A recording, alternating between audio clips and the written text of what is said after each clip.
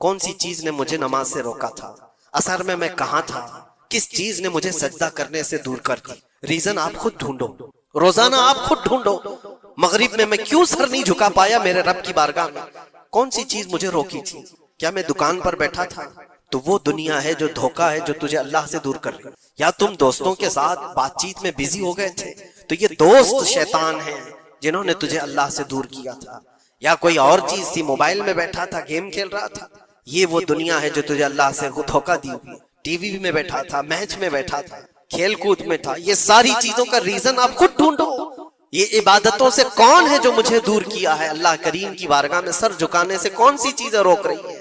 مجھے بتاؤ قسم رب ذوالجلال کی، آج کسی نے تمہارے گردن پر تلوار رکھی ہے کہ اگر سجدہ کرو گے تو کاٹ دیے جاؤ گے، مار دیا جاؤ گے؟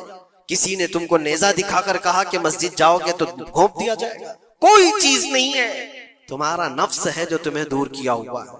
تمہاری اپنی وہ چیزیں ہیں جن کو تم دل سے لگائے ہوئے ہو۔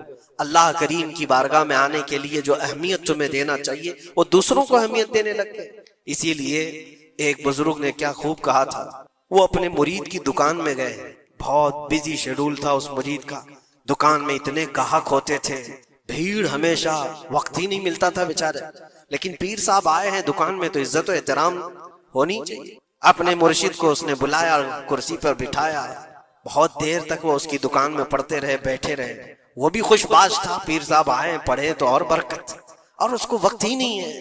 تھوڑی دیر کے بعد پیر و مرشد نے اس کے دکان کی چیزیں اٹھا کر کے جو ڈبے وغیرہ تھے سونگنے لگے، یہ سونگا وہ سونگا۔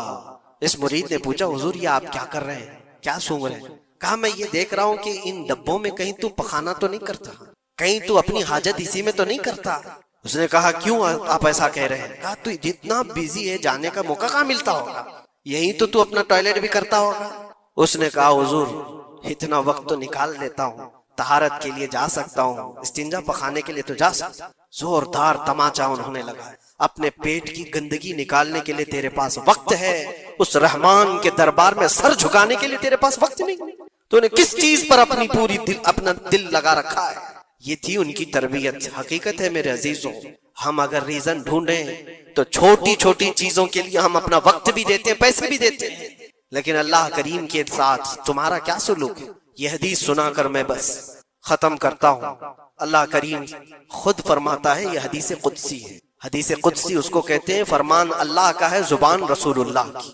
اللہ فرماتا ہے انا عند ظنی عبدی بی، بندہ میرے متعلق جیسا گمان کرتا ہے میں اس کے ساتھ ویسا سلوک کرتا ہوں۔ تم اللہ کریم کے لیے کیا مقام رکھتے ہو اپنے دل میں؟ اللہ کی بارگاہ میں آتے ہو تو کس طرح؟ اسی لیے حضرت رابعہ بصریہ رضی اللہ تعالیٰ عنہا کو ہم نے سنا ہے کہ جب وہ نماز کے لیے جاتی تو دلہن کی طرح سج کے جاتی تھی، پورے تیار ہو کر۔ پوچھا ان سے کسی نے تو کہتی تھی میں چاہتی ہوں کہ اللہ نے جتنی نعمتیں مجھے دی ہیں اس بادشاہ کو نہ دکھاؤں تو پھر کس کو دکھاؤں؟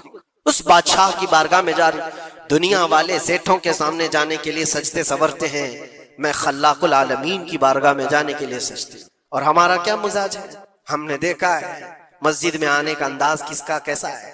تم بادشاہ دو جہاں کے دربار میں آ رہے ہو تو کس انداز سے آنا چاہیے؟ یہ ساری چیزیں آپ ذہن میں رکھو۔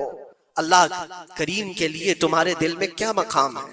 ظاہر سی بات ہے تمہیں آج بھی اپنے پیٹ کی غلاظت نکالنی ہو کہیں راستے پر تو شوچالیہ ڈھونڈتے ہیں اور پیسے دے کر کے جاتے ہیں۔ مسجد کی کیا کیا چیزیں مفت میں استعمال کرتے ہیں۔ کبھی اس کا خیال آتا ہے کہ ہم یہاں کی اے سی، یہاں کے پنکھے، یہاں کے قالین، یہاں کا پانی سب کچھ استعمال کرتے ہیں، لیکن مسجد میں جو ڈبہ گھومتا رہتا ہے تو لوگوں کو ایسا لگتا ہے کہ یہ تو صدر سیکریٹری کے لیے گھومتا ہے، یہ کمیٹی کے لیے جاتا ہو۔ آپ اس وہم و گمان سے نکل جاؤ، اللہ کی بارگاہ میں 1 روپیہ بھی جو دیا جاتا ہے وہ شمار ہوتا ہے دنیا بھر کے تمام دولتوں سے زیادہ عزیز اللہ کی بارگاہ میں وہ پیسہ ہے جو یہاں صفوں میں آپ نے اللہ کے نام پر دیا ہوا۔ اپنی عادت رکھو کہ مسجد کے لیے ہمارے دل میں کیا احترام ہے۔ دوسری دنیاوی کسی بھی چیز کو دیکھنے کے لیے ٹکٹ دیتے ہیں، وہاں چھوٹی موٹی چیزوں کو خرچ کرنے کے لیے ہم بے پناہ پیسے خرچہ کرتے ہیں۔ پان میں، بیڑی میں، سگریٹ میں، تھوکنے میں کتنے پیسے برباد کیے جاتے ہیں۔ اللہ تبارک و تعالیٰ کے نام پر جب بات آتی ہے تو کیوں دل پر یہ بوجھ ہوتا ہے؟ یہ علامت ہے کہ دل جب کالا ہو جائے اور رب تعالیٰ سے بندہ دور ہو جائے تو اللہ کی بارگاہ میں دینے سے وہ کترانے لگتا ہے۔ اپنے دل کا علاج کرو اور اللہ کی بارگاہ میں یہ دعا کرو کہ مولا مجھ پر میرے نفس کو غالب ہونے سے بچا لے اور میرے دل کو پاک کر کے تیری دربار میں ہمیشہ جھکنے والا دل۔ اگر وہ سب سے مہان ہے تو آج ہوتا اور ہم بھی اس کے پیچھے چلتے۔ کہا کہ وہ پیدا ہوا اور پھر دنیا سے چلا گیا، ہم یہ پوچھ رہے ہیں کون ان کو دنیا میں لایا تھا اور کون دنیا سے لے کے گیا؟ وہ بیچارہ خاموش ہو گیا۔ اس نے کہا کوئی تو طاقت ہوگی۔ کہا وہی طاقت ہر ایک کو موت کے بعد لوٹائے گی۔ دنیا کا چاہے سب سے بڑی طاقت کا انسان بھی کیوں نہ ہو، اسے موت ہے اور وہ اللہ کی بارگاہ میں لوٹایا جائے گا۔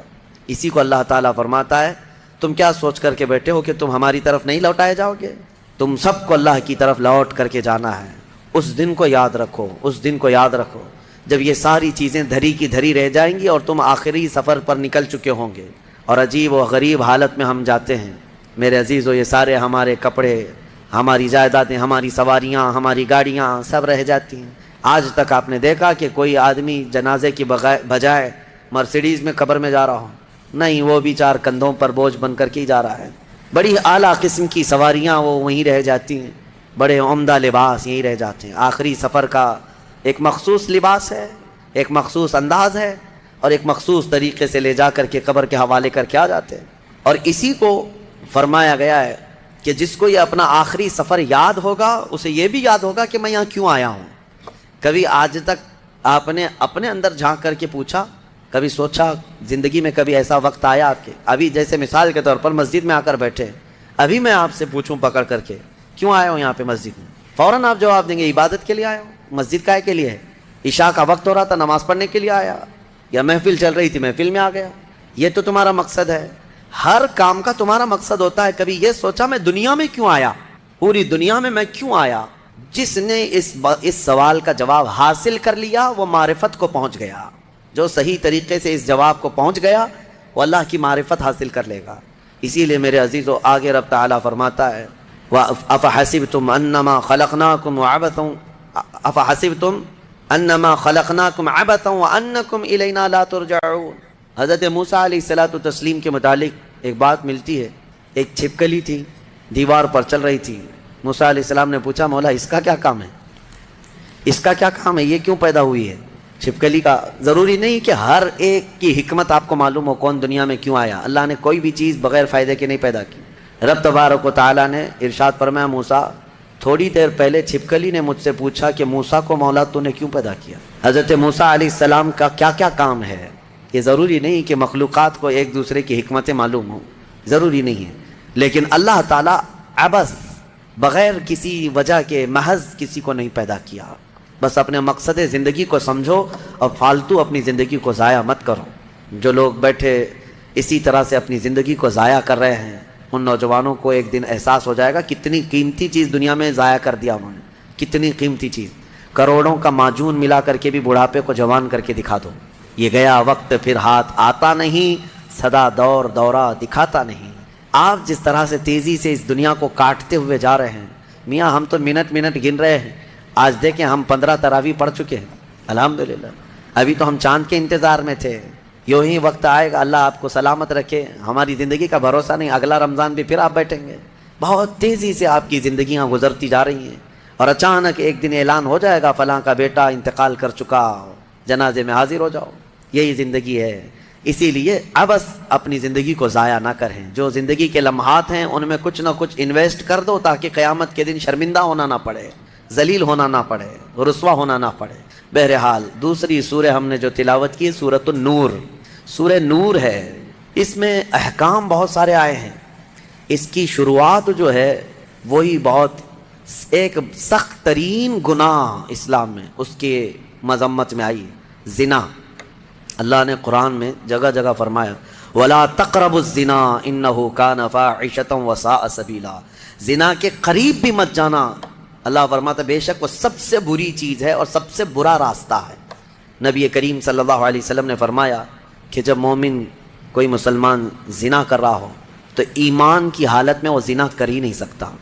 یہ بات یاد رکھ لو آپ، ایمان کی حالت میں کوئی زنا نہیں کر سکتا۔ فرمایا گیا جب زنا کر رہا ہو تو اس کا ایمان اٹھا لیا جاتا ہے، ایمان اس کے ساتھ نہیں ہوتا، ایمان اٹھا لیا جاتا ہے۔ ایمان اور زنا جمع ہو ہی نہیں سکتے ایک انسان کے اندر. یہ بہت سخت وعید ہے میرے آقا صلی اللہ علیہ وسلم کی حدیث پاک میں. ایمان کی حالت میں زنا نہیں ہوتا، اور جب زنا کر رہا ہوتا ہے تو ایمان نکال لیا جاتا ہے، وہ معلق ہوتا ہے، آسمانوں پر لٹکا ہوتا ہے. زنا کے حالت میں اس کے ساتھ ایمان نہیں ہوتا. اب جو آیتیں آئی ہیں اللہ فرماتا ہے الزانیۃ والزانی فاجلدوا کل واحد منہما 100 جلدہ.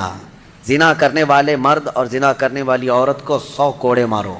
یہ ان کے لیے ہے جو غیر شادی شدہ ہے، اور جو شادی شدہ ہیں ان کے لیے رجم ہے. رجم کا مطلب ہے پتھروں سے اتنا مارو کہ وہ ختم ہو جائے، ان کی موت تک انہیں سنگسار کرنا ہوگا. یہ اتنی ہیبت ناک سزا ہے دنیا میں کہ دیکھو تو رونگٹے کانپ جائیں آپ کے.